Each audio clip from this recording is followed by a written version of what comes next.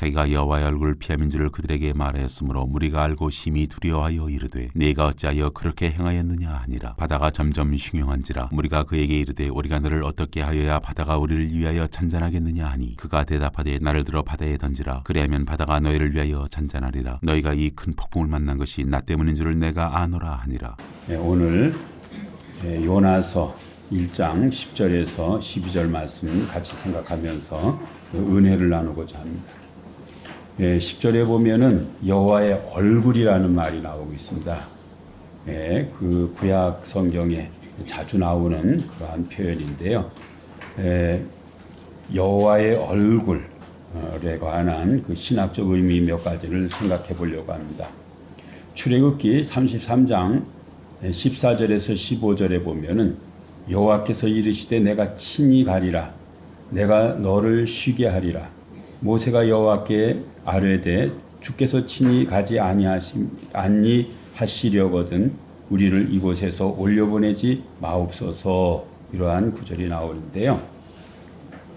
여기 그 송아지 사건 이후에 이제 그 나오는 그러한 구절입니다. 여호와께서 이르시되 내가 친히 가리라 이렇게 한글로 번역이 됐는데 그 NIV 성경에는 The Lord replied, My presence will go with you 그랬습니다. My presence라는 것은 현존, 얼굴이라는 말입니다. 나의 얼굴이 너와 함께 간다.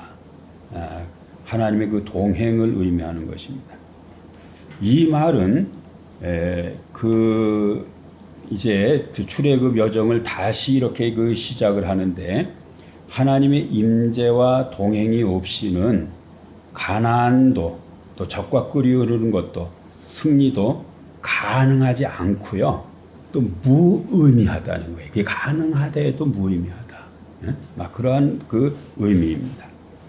이 구절은 하나님의 백성의 그 본질, 하나님의 백성의 본질이 어떤 것인가 하는 것을 알려주는데 하나님의 백성의 본질은요. 하나님과 동행하는 하나님의 임재와 동행에 달려있다는 인식을 보여주는 거예요.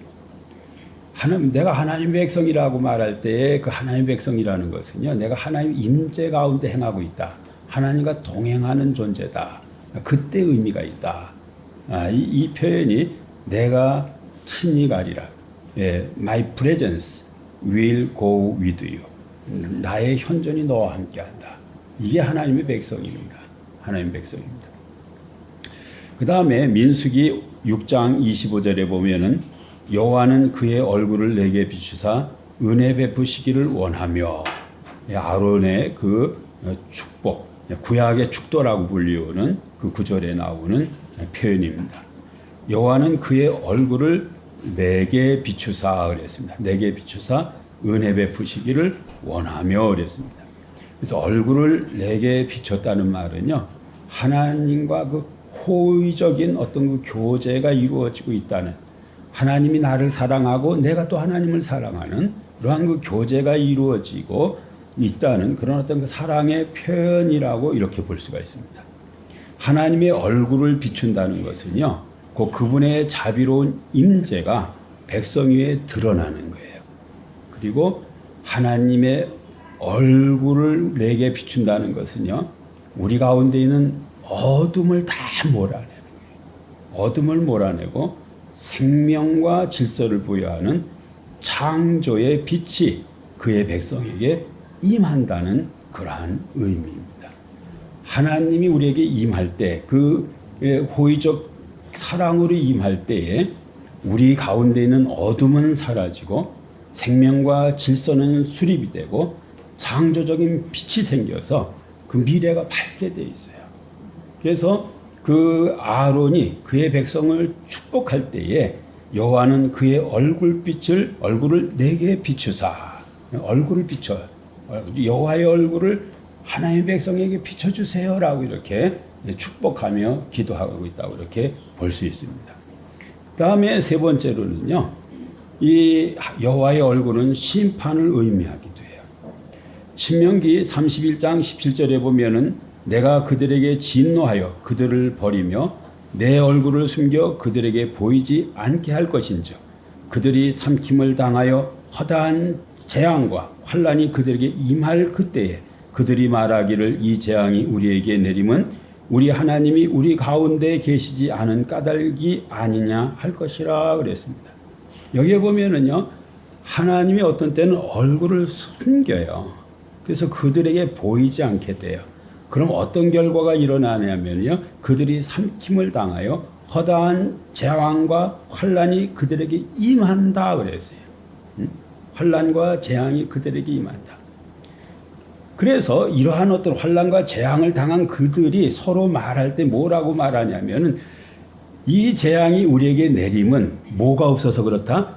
여호와의 얼굴이 없어서 그렇다는 거예요. 여호와의 얼굴을 하나님께서 가리셨기 때문에, 숨기셨기 때문에, 우리 하나님이 우리 가운데 계시지 않은 까닭, 이 까닭 때문에 이런 일이 생겼다, 이렇게 말하네요. 내 얼굴을 내 얼굴을 숨겼다, 여호와께서 이렇게 숨겼다고 말할 때는 일종의 하나님이 우리를 거절하는 거예요. 거절하는 거예요. 우리와의 관계를 단절하는 거예요. 또 보호를 제거하는 거예요. 우리가 한 주일 동안도 우리 권사님도 기도하셨지만 이렇게 편안히 살다 어려운 중에도 이렇게 왔는데요. 하나님이 보호를 제거해 버리면요, 다 문제가 생겨요. 근데 하나님의 보호가 늘 동행하고 있는 거예요. 하나님의 얼굴이 늘 우리와 같이 가고 있기 때문에 그 보호 속에 우리가 있는 거예요. 그래서 그 하나님의 심판, 거절, 관계의 단절, 보호의 제거, 존재론적인 위기, 이게 하나님의 얼굴을 우리에게 숨길 때 일어나는 일이에요. 그래서 시편 기자는 시편 27편 8절에 너희는 내 얼굴을 찾으라 하실 때에 내가 내 마음으로 주께 말하되 여호와여 내가 주의 얼굴을 찾으리이다 하였나이다 그랬습니다. 하나님께서 우리에게 어떤 요구를 하시냐면은 내 얼굴을 찾으라고 자꾸 말해요. 내 얼굴을 찾으라. 내 얼굴을 찾는다는 것은요, 하나님의 임재를 다시 경험하는 거예요. 또 하나님과 인격적 교제를 다시 시작하는 거예요. 또 하나님의 보호와 인도를 갈망하는 거예요. 이게 여호와의 얼굴을 찾는 거예요. 찾는 거예요. 하나님은요, 얼굴을 드러내시기도 하고 숨기기도 하시는 분이에요. 또 얼굴을 찾으라고 명령하시는 그런 인격적인 하나님이에요. 인격적인 하나님이에요. 근데 오늘 10절에 요나가 어떤 일을 하고 있습니까? 여호와의 얼굴을 피한다는 표현을 하고 있어요.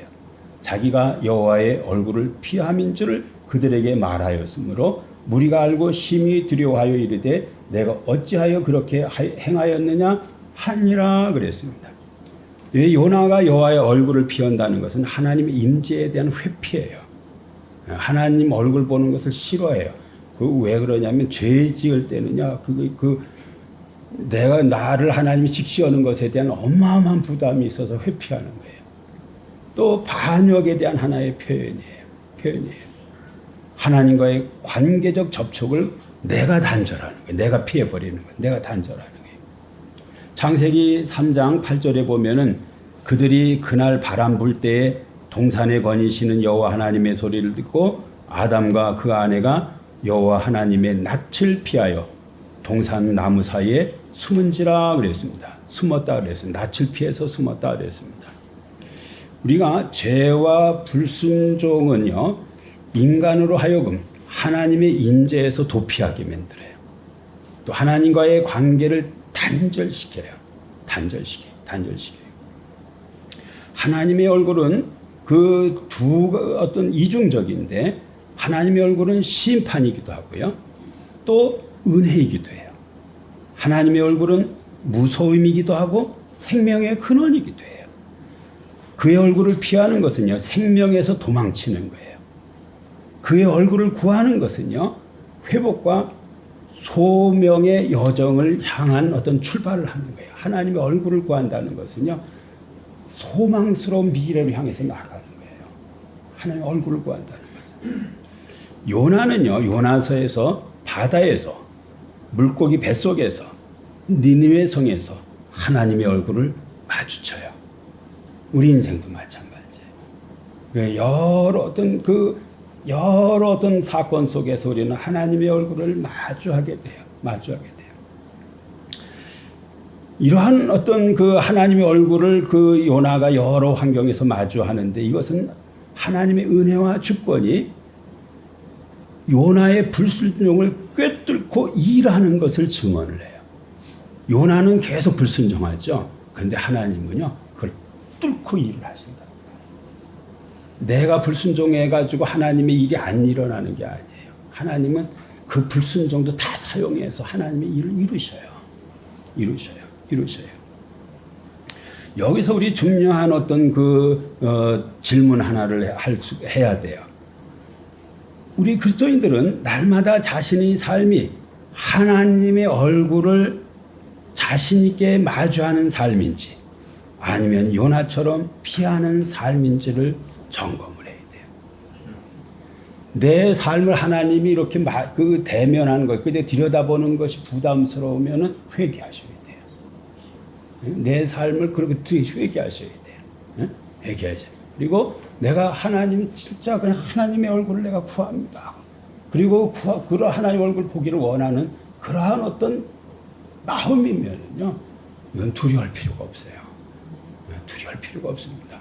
이거 하나 늘 내가 하나님의 얼굴을 마주하는 삶인지 피하는 삶인지 점검하셔야 된다. 여기에 보면 10절에 무리가 알고 심히 두려워했다 이런 표현이 있습니다.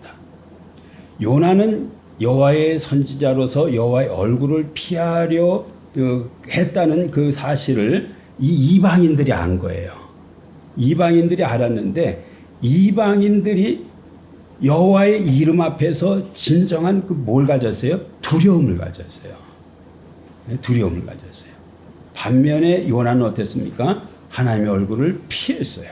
하나님의 뜻을 회피했어요. 선원들이 여호와의 이름의 무게 앞에서, 또 9절에 보면 바다와 육지를 지으신 하늘이 하나님 여호와라고 한 요나의 고백에서 이 이방인들은 즉각적인 반응을 하는 거예요. 어떤 반응을 해요? 경외, 두려움의 반응을 해요. 여기에서 우리가 하나 얻을 수 있는 어떤 그 영적인 어떤 교훈이 하나가 있습니다. 뭐냐면요, 선교의 가능성을 보여주는 거예요. 요나는 경외하지 않는데 이 선원들 혹은 선장들은 뭘 해요? 두려워한다니까요.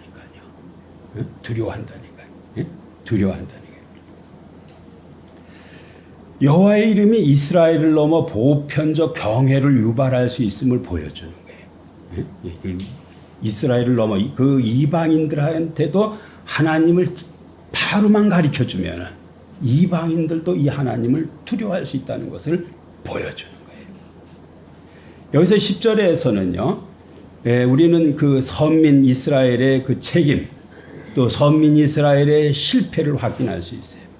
이것은 구약 전체에 이스라엘이 반복적으로 실패하는 거예요. 또 오늘 우리가 실패하는 것이기도 한 거예요.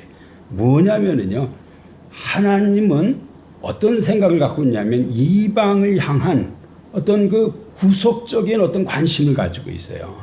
근데 우리는 별 관심이 없다는 거예요. 이게 이스라엘의 실패예요. 요나의 실패고, 요나는 이스라엘 전체를 대표하는 그러한 사람이고요. 이게 우리의 실패예요.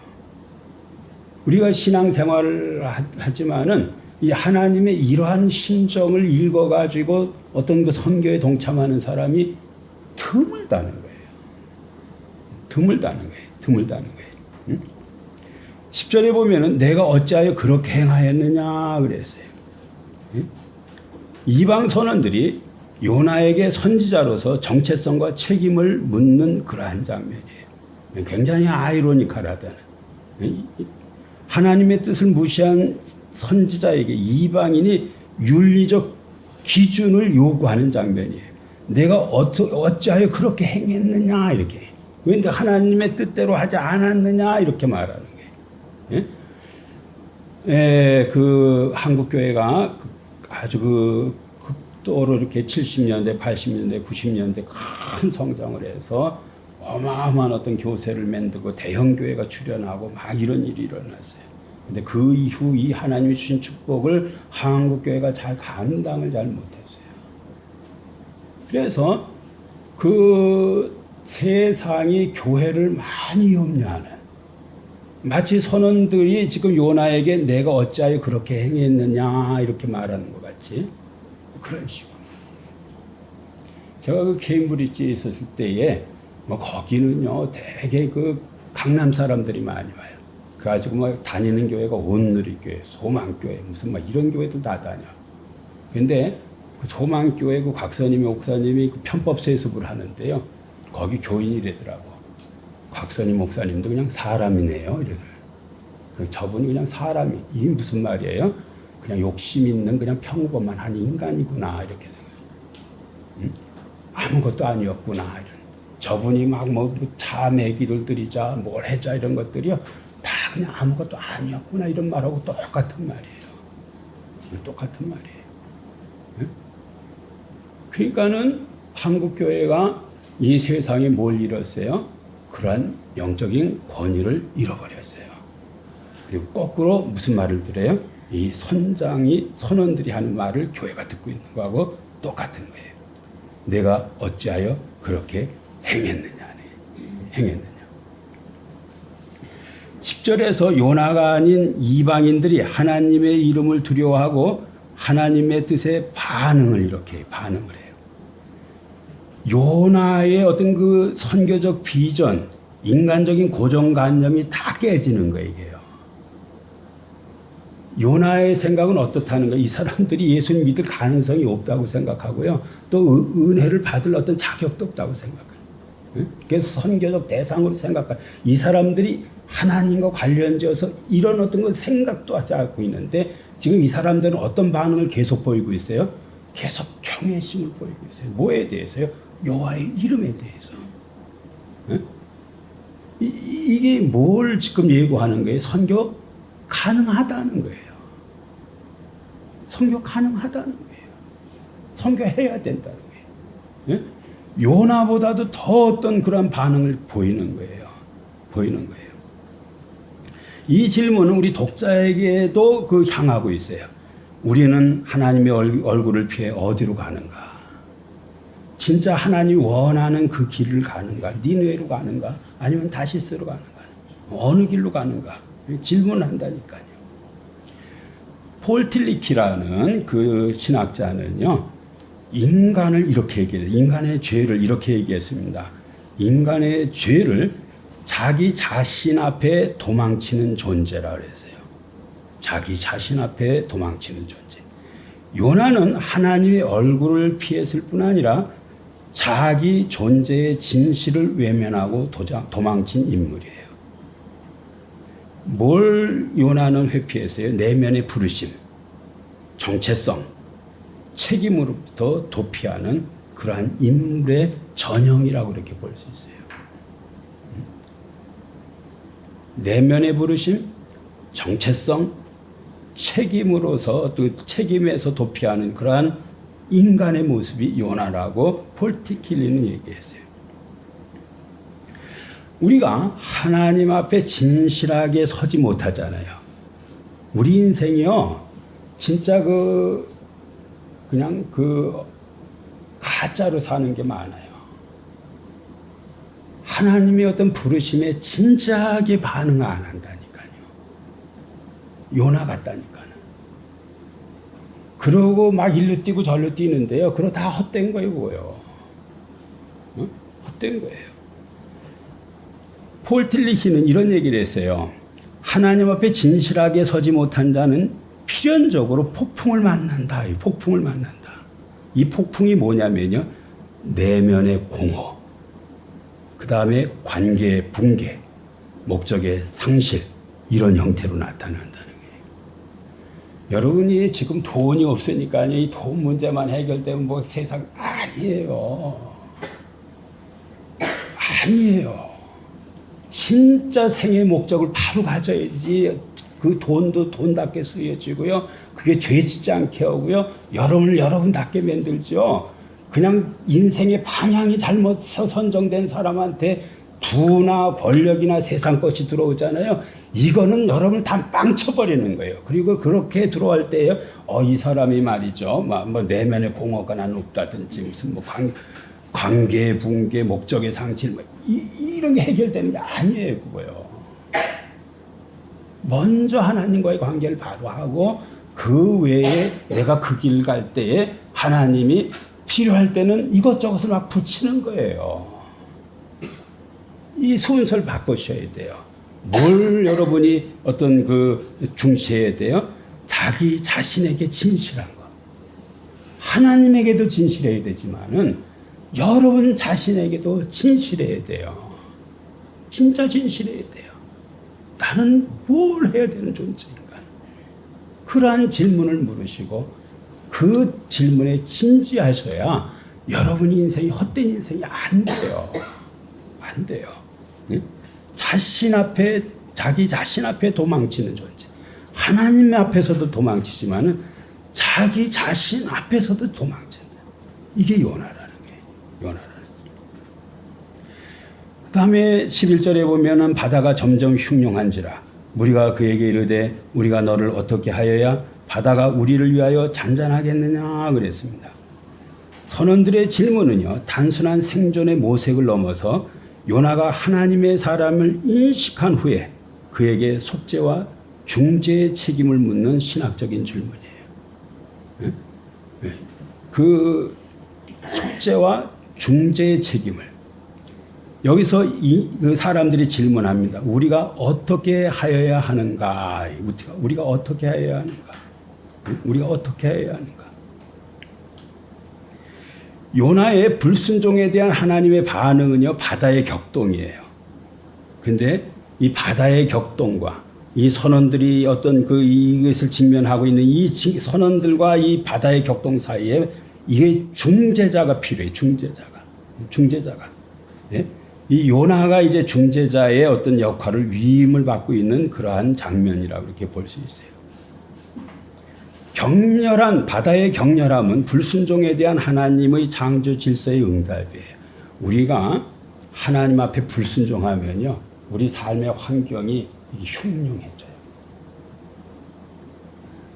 우리 삶의 환경이 어지러워져요. 여러분 막상 그냥 내 인생이니까 내가 내 마음대로 사는데 뭐 어때? 안 된다니까요. 여러분의 삶의 환경이 바다가 흉흉하듯이 그냥 흉흉해져요. 창조 질서가 다 혼란이 와버려요. 하나님의 창조된 피조 세계를 통해 도덕적 메시지를 하나님이 주시는 거예요. 여러분이 가정 왜 이렇게 어수선해요? 왜 이렇게 뭔 일이 막혀요? 이게 뭐예요? 하나님이 계시를 주시는 거예요. 뭘 했다고 하는 거예요? 불순종했다고 알려주는 거예요. 불순종했다고. 계시라니까요. 우리 환경이 우리를 뭘 알려주는 거예요. 11절에 보면 우리가 너를 어떻게 하여야 바다가 우리를 위하여 잔잔하겠느냐 그랬습니다. 잔잔하겠느냐. 이 요나는 이 선원들이 상당히 어떤 영적으로 성숙한 사람들이 요나를 단순한 인간으로 보지 않고 하나님과 특별한 관계를 갖고 있는 인물이라고 인식하고 있어요. 그래서 이방인들은 요나를 단죄하기보다는 속죄의 길을 찾고자 하는 자세를 취해요. 굉장히 성숙한 거죠. 막 책임 전가하고 막 이런 게 아니라 어떻게 하면 이게 해결할 수 있느냐 이거예요. 어떻게 하면 이걸로 해결할 이 흉흉한 바다 문제를 해결할 수 있느냐. 네? 해결할 수 있느냐. 요나가 하나님의 명령을 거부함으로 바다가 막 요동을 쳤잖아요. 그 결과 어떤 일이 일어났어요? 공동체 전체가 어려움을 겪었죠. 이게 뭡니까? 죄가 어떤 영향을 주는지를 보여주는 거예요. 그리고 공적인 죄가 이런 어떤 환경을 다 흔들어 놨잖아요. 이걸 해결하기 위해서는 또 뭐가 필요하냐? 공적인 속죄가 필요하다는 거예요. 공적인 속죄가 필요하다. 속죄가 필요하다. 그래서 12절에 보면은요, 요나는 나를 들어 바다에 던지라고 얘기를 했어요. 이것을 갖다가 예수님은요, 마태복음 12장 37절에 예수께서 대답하여 가라사대 악하고 음란한 세대가 표적을 구하나 선지자 요나의 표적밖에는 보일 표적이 없느니라. 요나가 밤낮 사흘을 큰 물고기 뱃속에 있었던 것 같이 인자도 밤낮 사흘을 땅속에 있으리라 그랬습니다. 이것을 갖다가 예수님의 십자가 사건을 예표하는 그 예수 그리스도의 대속사역의 예표로 이 얘기를 했어요. 예표로 이 얘기를 했어요. 11절의 결론이에요. 11절의 결론인데 내 삶의 거센 바람은 누구의 책임인가? 한번 생각해 보세요. 내 삶의 이 거센 바람 누구의 책임인가? 또 바다의 흉흉함은 회피한 사명의 결과가 아닐까 하는, 이 어떤 이 내 환경이 너무 흉흉한데 하나님이 내게 어떤 사명을 줬는데 이걸 내가 회피해서 이런 일이 생긴 것이 아닌가 한번 생각해 볼 필요가 있어요. 또 하나님의 뜻을 알고 있으면서도 행하지 않는 자는요, 주변의 위기를 초래해요. 이거 하나의 어떤 그 지혜입니다. 여러분 주변에요, 예수 엉터리로 미는 사람하고 모하면 안 돼요. 망합니다. 왜? 그 사람이요, 바다를 흉흉하게 내요. 진짜예요. 진실한 믿음의, 진짜 어떤 신실한 믿음의 사람과 뭔 일을 해야 돼요. 뭔 일을 해요. 진짜 중요한 거예요. 우리가 너를 어떻게 하여야 하느냐라는 질문은 다른 사람에게 묻기 전에 나 자신에게 어떤 물어야 돼. 나 자신에게. 이 흉흉한 어떤 그 환경을 해결할 때 나는 무엇을 하면 될까 하는, 이럴 때 나는 뭘 할까 하는 이러한 질문을 스스로에게 묻는 거 굉장히 중요한 거예요. 교회의 불순종은요, 세상을 불안하게 만들어요. 저는 어렸을 때 우리 아버지가 시험이 든 거 알죠? 목사님하고 갈등하고 막 교회 잘 안 나가려고 그러고 막 이러고 막 이러면요, 무서워, 불안해, 뭐 안 좋은 거 생길 것 같아. 그리고 꼭 생겨요. 또 막 오래 어떤 그 연단 받고요, 뭐 하면서 또 내가 낮아져가지고 겸손해져가지고 교회 나가. 그부터 잘해. 또 막 그냥 길이 막 잘 열려, 또 막 잘 열려. 막 이런 것들을 그냥 어려서 난 진짜 그냥 우리 아버지가 그걸 몸으로 가르쳐 줬다고 생각해요. 교회의 불순종은요, 세상을 불안하게 한다. 여기다 여러분의 이름을 다 놓으시면 돼요. 여러분의 불순종은 여러분의 가정을 다 불안하게 만들어 버려요. 다 불안하게 만들어 버려요. 우리 교회가 하나님 앞에 불순종해요, 이 세상이 불안해. 흉흉해져. 한국 교회가 하나님의 뜻대로 안 해요, 한국 사회가 불안하다니까요. 진짜 두려운 일이에요. 교회가 세상의 도덕적 어둠과 고통을 외면하면서 하나님의 창조 질서가 흔들리며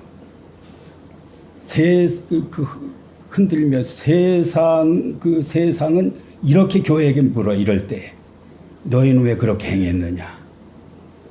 10절에 11절에 보면은 우리가 어떻게 해야 평화가 오겠느냐. 교회에 어떤 태도를 취해야 되나, 우리 성도 어떤 태도를 취해야 되나, 세상의 북풍 속에서 책임을 회피할 것이 아니라 책임을 인정해야 돼요. 그리고 감당할 수 있는 것을 감당하기 시작하면, 섬김과 희생으로 중재자 역할을 감당하기 시작하면 하나님께서 바다의 풍랑을 잔잔케 하신다. 그것을 여러분 믿으셔야 됩니다. 그 다음에 12절에 보면은 그가 대답하되 나를 들어 바다에 던지라. 그리하면 바다가 너희를 위하여 잔잔하리라. 너희가 이 큰 폭풍을 만난 것이 나 때문인 줄을 내가 아노라 하니라 그랬습니다. 12절에 요 구절은요, 요나가 처음으로 의식적으로 자기 고백을 하는 그러한 구절이에요. 3절에서 11절에는 요나는 도망하고 숨고 침묵하던 그러한 요나였어요. 12절에서 선지자 요나는 처음으로 자신의 불순종이 초래한 결과를 정면으로 인정하면서 자기 희생을 선언을 해요. 굉장히 중요한 거예요. 이제 그는 자신의 죄책을 인정하고 공동체를 위한 대속적 희생을 자청하고요.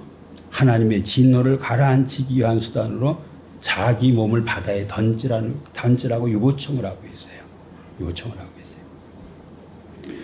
요나에게 있어서의 내면의 어떤 큰 전환이에요. 내면 속 사람이 이렇게 어떤 전에는 하나님의 얼굴을 피하는 자, 회피하는 자, 도전하는 자, 반역하는 자 이런 어떤 마음을 썼는데 이걸 바꿨어요. 그리고 받아들였어요. 인정했어요. 나의 불순종으로 이게 약이 됐다고 인정을 했어요. 예?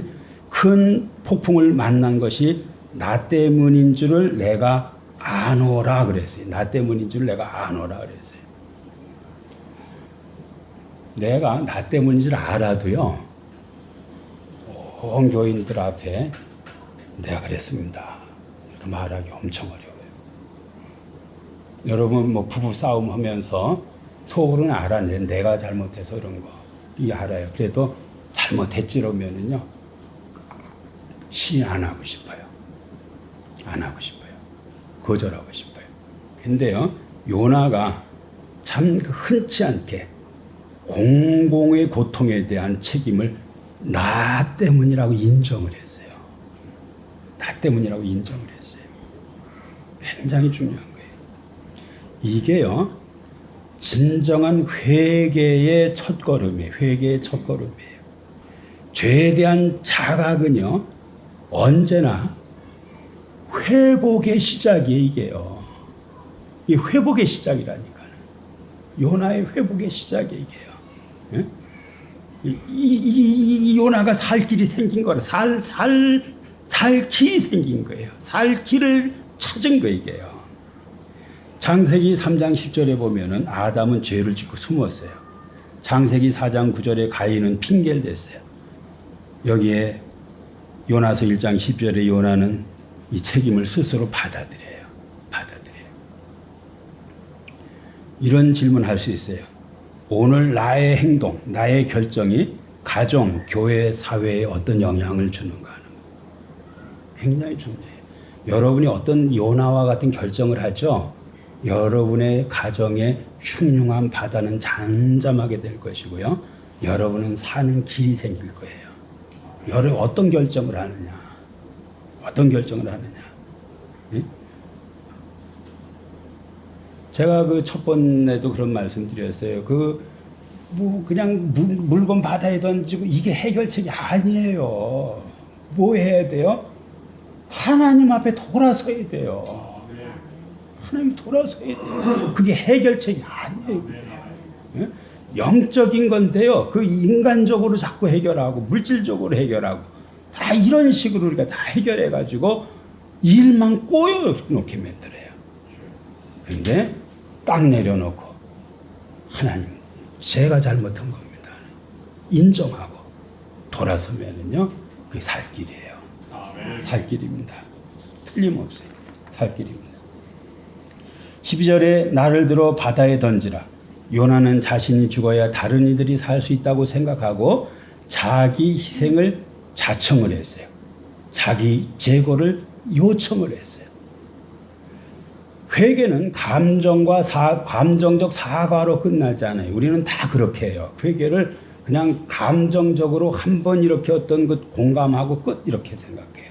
근데 진정한 회개는요. 잘못된 구조를 바로 잡는 거예요. 그리고 실천적인 책임을 수용하는 거예요. 이제는 내가 다르게 행동하는 것이 이게 진짜 행동, 그 회개예요. 응? 실천을 하는 게 실천을 하는 거예요. 실천하는 거예요.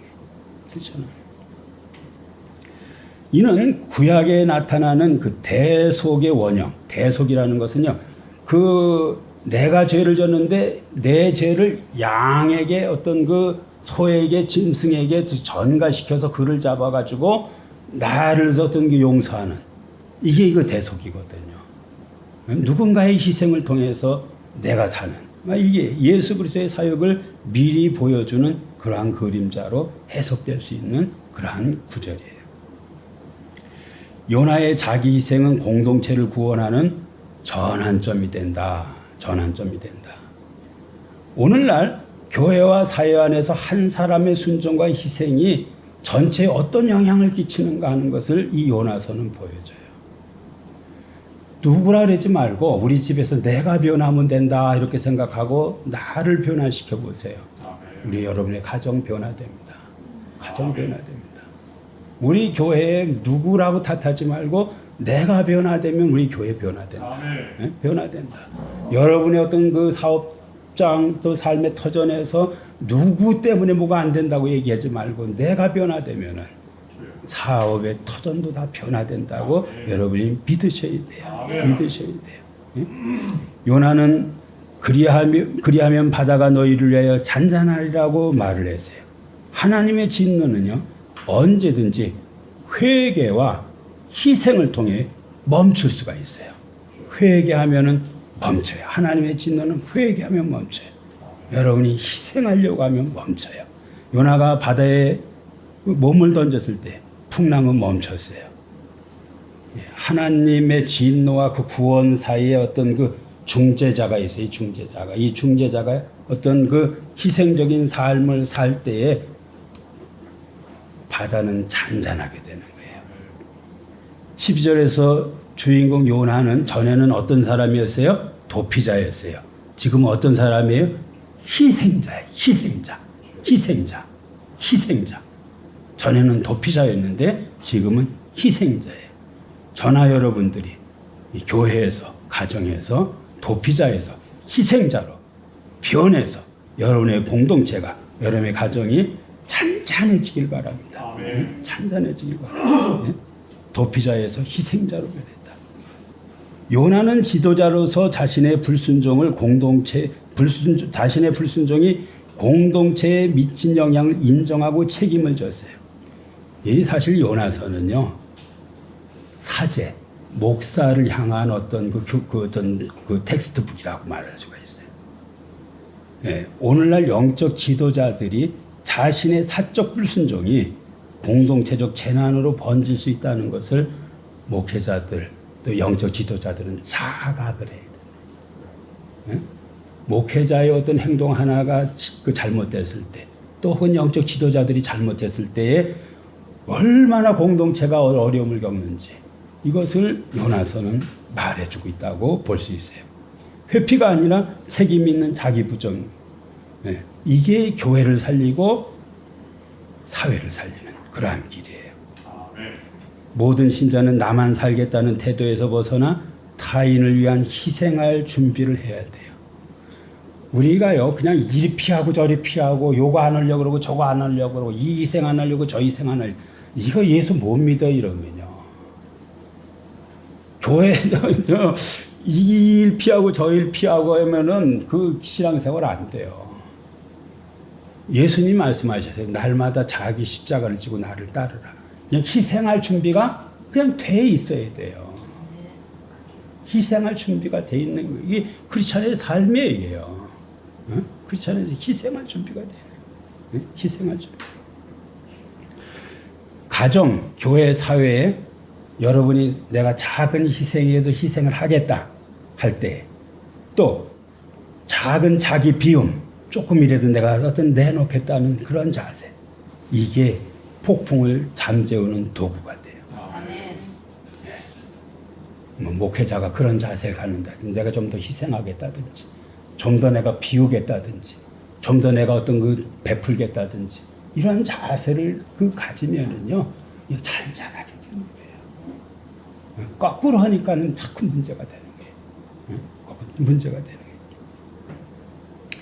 역사적으로 이 12절은요, 그 아주 중요한 구절이어가지고 많은 사람들이 이것을 중요하게 해석을 해왔어요. 그 3세기의 오리겐, 그러니까 알렉산드리아에서 활동했던 오리겐은 요나서를 갖다가 철저히 그리스도를 예표하는 것으로 해석을 했어요.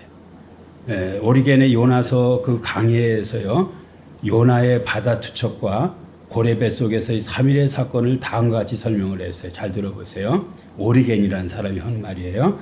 요나는 죽음과 지하 세계를 통과하는 그리스도의 상징이다.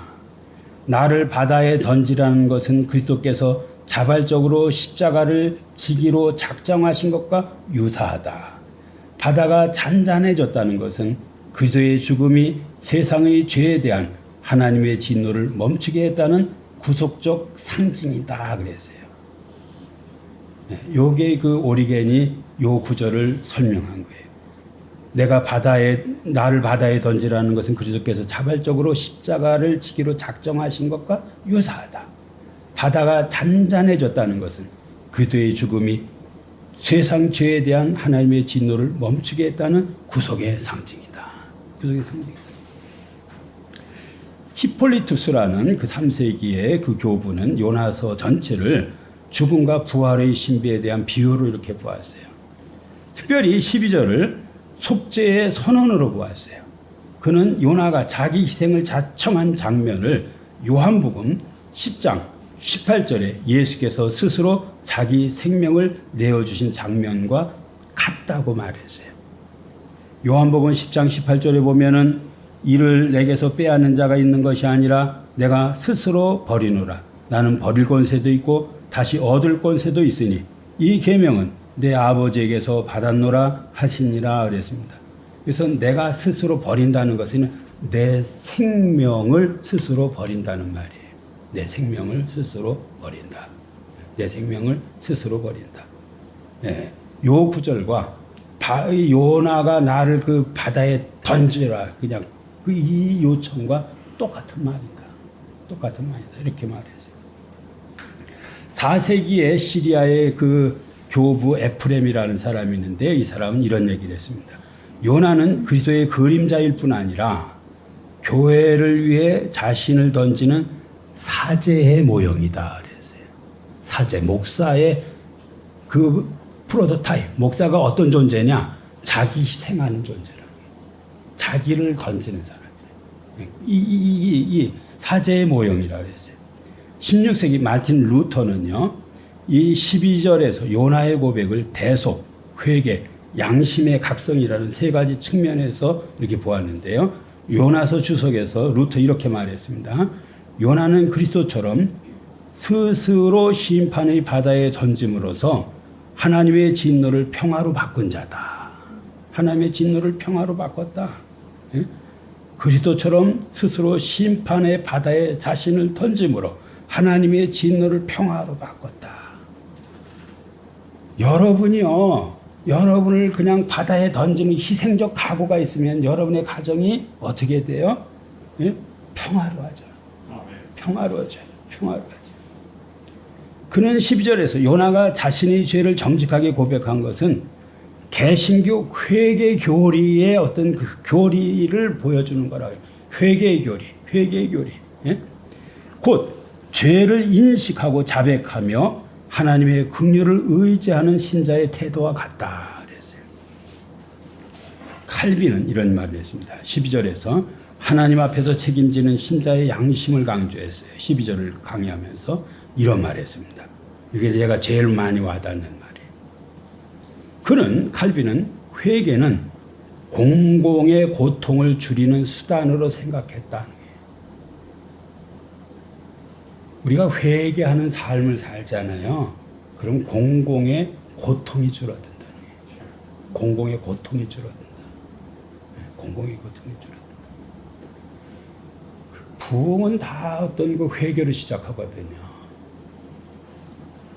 영적 부흥, 그 다음에 어떤 우리 가정의 어떤 그 경제적 부흥, 모든 부흥은요 다 회개로부터 시작해요.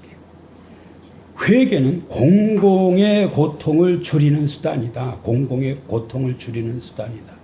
지난번에도 말씀드렸는데 우리 곽우성 목사님이 일주일에 하루를 회개하는 날로 정해가지고 회개 기도를 하신다더라고요. 회개 기도를. 나는 굉장히 지혜로운 거라고 생각해요. 굉장히 지혜로워. 요나의 투시는 하나님의 정의를 인정하며 은혜를 갈망하는 행위로 생각을 했어요. 칼빈은. 그 다음에 20세기 그 디트리히 보네퍼라는 사람이 있습니다. 이게 순종과 제자도라는 책에서 요나의 자기 던짐을 참 제자도로 해석을 했어요. 제자도의 본질은 회피가 아닌 책임의 수용이며 회개는 공동체를 위한 자기 비움으로 이어진다고 했어요. 그는 이렇게 말했어요. 요나는 도망치던 자였지만 결국은 책임지는 존재로 전환된다. 하나님의 백성은 배에 남을 자가 아니라 바다에 들어갈 각오가 되어 있어야 한다. 하나님은 인간을 통해 역사하신다. 하나님의 사람은 도피자가 아니라 바다로 뛰어드는 사람이다. 참된 신앙은 자신의 죄와 책임을 외면하지 않고 공동체의 평화를 위해서 희생하는 제자다 그랬어요. 제자다. 참 제자가 뭐냐? 이렇게 하는 사람이 제자라는 거예요. 책임 수용하는 거예요. 자기는 비우는 거예요. 비우는 거예요. 예? 책임 수용해서 책임지는 자가 되는 거예요. 이게 참 제자도의 본질이라는 거예요. 배에 남을 자가 아니라 바다에 뛰어 들어갈 각오가 되어 있는 그러한 사람. 죄와 책임을 외면하지 않고 공동체의 평화를 위해서 희생하는 이게 제자다. 이게 제자다. 회개를 단순한 감정적 사고가 아니라 공동체적 책임의 수용과 자기 희생의 결단으로 재정의를 했어요. 책임의 수용. 내가 이 공동체에서 어떤 책임을 감당할까? 이것을 내가 수용하는 것, 이게 회개라는 거예요. 그리고 자기 희생을 결단하는 것, 이게 회개라는 거예요. 이게 회개라는 거예요. 20세기 해방신학자 구티에레츠라는 사람이 있어요. 이 사람은 요나는 책임 회피하는 종교 권력자의 상징으로 보고 진정한 구원은 자기 특권을 내려놓고 공동체의 고통에 참여하는 데 있다. 요나를 갖다가 종교 권력의 상징. 전에는 막 그냥 책임은 안 감당하려고 그러고 뭘만 어떤 누려요? 명예만 누려요. 명예만 누려. 이런 사람이 이제 특권을 내려놓고 공동체의 고통에 참여하는 이러한 어떤 그 삶, 이게 요나의 삶이라고 이렇게 말했어요. 이제 결론 정리하면서 말씀 마치겠습니다. 12절은 다양한 신학적 강조점과 해석 방법에 따라서 다양하게 읽혀왔어요. 12절에서 초대교회 교부들은 그리스도를 보았어요. 16세기 종교개혁자들은 회개와 책임을 보았어요. 20세기 현대 신학자들은 공동체의 정의와 제자도의 길을 보았어요. 이 10절에서 다양한 이러한 것을 보았어요.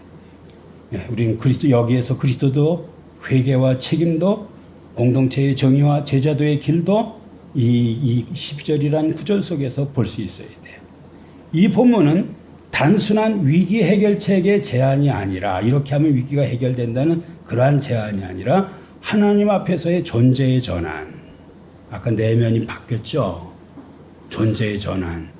요나서가 우리에게 요구하는 거예요. 우리의 존재가 바뀌어야 된다. 바뀌어야 된다. 신자의 윤리적인 책임. 나를 들어 바다에 그냥 던져라. 공동체를 위한 중보적 희생. 이러한 것들이 이 요나서 11장 12절에 포함된 그러한 내용이라고 말씀드릴 수가 있어요. 이제 말씀 한마디로 정리하고 마칠게요. 칼빈이 한 말. 회개는 공공의 고통을 줄이는 수단이다. 회개는 공공의 고통을 줄이는 수단이다. 우리 교회 공동체, 가정 공동체, 우리 국가 공동체 이걸 줄이려면 뭘 해야 돼요? 회개를 해야 되는데 이 회개는 단순히 감정적인 어떤 이 동참에 머무르는 것이 아니라 실천적인 책임을 어떤 감당하는 행동으로 나가는 삶이 진짜 회개라는 것을 기억하시기 바랍니다. 기도하겠습니다. 하나님 아버지, 오늘 요나서를 통해서 저희를 아버지 하나님의 새롭게 교훈하시는 것을 진심으로 감사를 드립니다. 변화되기 전에 요나와 같이 저희는 아버지 하나님, 하나님의 심정을 헤아릴 줄도 몰랐고 하나님으로 인해서 오히려 아버지 하나님의 명예와 세상적인 것만 탐했었습니다. 이제는 아버지 하나님이 우리 내면이 아버지 하나님이 하나님을 향해서 돌아서게 하시고 하나님의 뜻을 헤아리게 하시고 그 뜻을 아버지 하나님 나의 생애를 통해서 나를 통해서 아버지 하나님 참 이룰 수 있도록 아버지 하나님 나 자신을 내려놓는 비우는 또 아버지 하나님 앞에 나아가는 그러한 우리 모든 성도들이 되도록 은혜를 베풀어 주시옵소서. 감사드리며 예수님의 이름으로 기도하옵나이다. 아멘.